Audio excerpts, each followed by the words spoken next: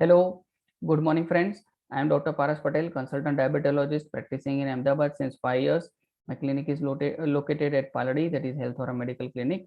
So, today we will have a talk on screening of diabetes. So, as we see in society that there are diabetes cases are increasing rampantly. There are 3 generation or 4 generation diabetes in the family. So, family history is very important, and there are a lot of patients of diabetes who remain undiagnosed or partially treated or poorly treated. So this is a very big burden to the society about the diabetes disease, unawareness, undiagnosed cases, and untreated or partially treated. And those patients, they'll end up with some or the other complication of diabetes which are life threatening. So today we will discuss about the screening of the diabetes, which should be done on early basis to have early diagnosis and early treatment and good HbA1c control and prevention of the complications of the diabetes. Okay, so let's begin our talk regarding screening of the diabetes. So patient generally in our OPD, they come, they will argue with us that I'm not having any symptoms, I'm totally fit, I'm doing well, I'm able to walk, I'm able to, there is no chest pain, there is no breathlessness, so why you want to screen for the diabetes? So in general, in a asymptomatic patient, this should be the screening strategy, that if BMI is more than 25, so we have to explain the patient regarding the awareness about the BMI, that is your weight is more, your BMI is more, that is body mass index is more than 25, with or without symptoms of the, with or without risk factors. So in subsequent slide we will come across the risk factors of the diabetes. Second thing is, women who are planning for the pregnancy must undergo screening of the diabetes, that is mandatory and mandatory and mandatory. And specifically women who are overweight or who have one or more risk factors of the diabetes. So we will look for the risk factors of the diabetes, right? Hypertension is most important risk factor of the diabetes. Second is dyslipidemia, that is high cholesterol level. Third one is previously identified impaired fasting glucose or impaired glucose tolerance, right? So friends, there are people in OPD which we come across in our day-to-day life, that that last year I did my health checkup and sugar was borderline, but I did bothered as I was not having any symptoms. So people, those who are having once in a life or whenever they have borderline diabetes or some say like borderline diabetes or sugar levels are a bit higher side, then they should check their sugar level more frequently. And once they develop over diabetes, then they will directly come to the doctor to see to look for the treatment, right? So if you have once or twice or any time in your life, if the sugar is borderline, then there are high chances that you may develop further over diabetes or full blown diabetes mellitus disease, because these diseases are slow progressing, right? So we cannot identify, or there is not a there is not a day that today you are diabetes and you start the treatment from today. So these are slow progressive disease. So even borderline diabetes is very important for us, and it is very important to control the complication of the diabetes. So don't ignore this fact that once you have borderline diabetes, you may ignore it, but that is very important, and rather that is eye opening for the patient. Hypertension, dyslipidemia, as we discussed previously, so these are very important risk factors, because there is a pentate, that is obesity, diabetes, hypertension, dyslipidemia, and hypothyroidism. So these 5 disease, the obesity is again a disease, and these 4 disease are also, these 5 disease, they are interlinked. So they are interlinked in some or the other way. So if today a patient is hypertensive, there are high chances to develop hyperglycemia or diabetes in near future. Or if a patient is hypothyroid today, then there are high chances to develop dyslipidemia, hypertension, diabetes in near future, right? So those patient needs to be very vigilant.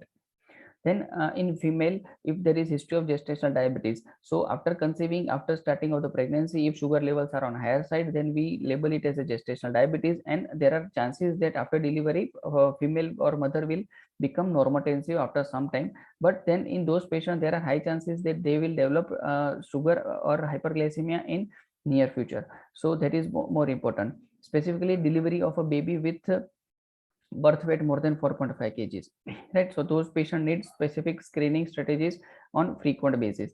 Fifth one, risk factor is the women with PCOD. So nowadays we see young females, 17-18 years old, obesity, PCOD, those patients are at high risk of developing insulin resistance, and that is leading to hyperglycemia, and that needs specific screening strategies and specific treatment at early age. because as we know that PCOS is a risk factor for infertility, and that is leading to a lot of economic burden and lot of socio-economic burden to the society. So we need to screen the female with PCOD for diabetes, because if diabetes remain untreated, then PCOS will not get corrected properly. Sixth risk factor is physical inactivity. So if a person is lazy, overweight, physically inactive, then there are high chances to develop metabolic derangements leading to diabetes. Then history of cardiovascular disease. So if today we see a patient of heart failure or heart attack that is leading to coronary atherosclerosis, which may need angiography or angioplasty or bypass surgery, then risk factor for those disease, we should screen for such patient for the diabetes. And most of the time we see diabetes in such patient which was undiagnosed or untreated, which was undiagnosed and hence untreated, and that led to the complication of heart failure or heart attack, right? So that is very important thing. And then patient need strict and aggressive control of the sugars.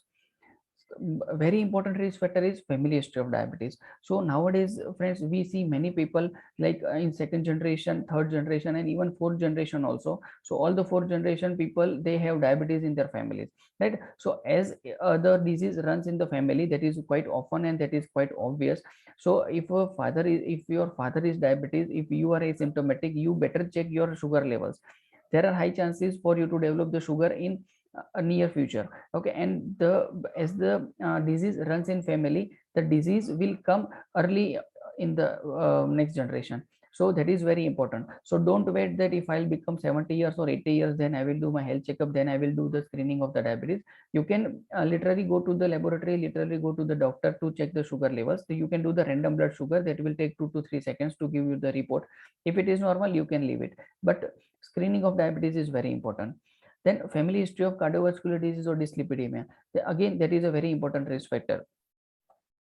And in absence of above criteria, we should screen any people, that is a person with normal body mass index, a person without any significant family history, without any personal medical history like hypertension, dyslipidemia or anything. In those cases, if patient is age is above 45 years, then that needs screening of the diabetes. At least screening of diabetes is very important in patient with age above 45 years.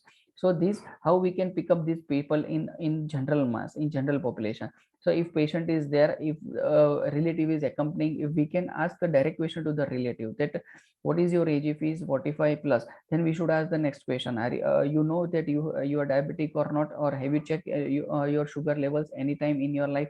Then if he says, if he or she denies, then you should offer to do the sugar test in the OPD, because that will undiagnose the diabetes if patient is having high sugar levels, right? So that way we can diagnose the undiagnosed mass in the society. That will help for early prevention of the complications of the diabetes, because if we are diagnosed early, then we start treatment early, and that is the only way to prevent the complications of the diabetes which are life threatening. Then these are the screening strategies, that is the diagnostic criteria. Okay, so we have pre-diabetes, that is in general we call as a borderline diabetes, and then we have over diabetes mellitus, that is full-blown diabetes mellitus. So we have 4 different criteria as per the sugar levels. So fasting blood sugar level, if it is between 100 if we'll start with the HbA1c, if it is between 5.6 to 6.4%, it is pre-diabetes. If it is more than that, it is more than 6.5%, then it is over diabetes mellitus. Second is fasting blood sugar. If it is between 100 to 125, it is pre-diabetes. If it is more than 126, then it is over diabetes mellitus. Third is oral glucose tolerance test. That is, we give 75 gram of anhydrous glucose and we check the sugar after 2 hours. If it is between 140 to 199, then it is pre-diabetes. If it is more than 200, then it is over diabetes mellitus.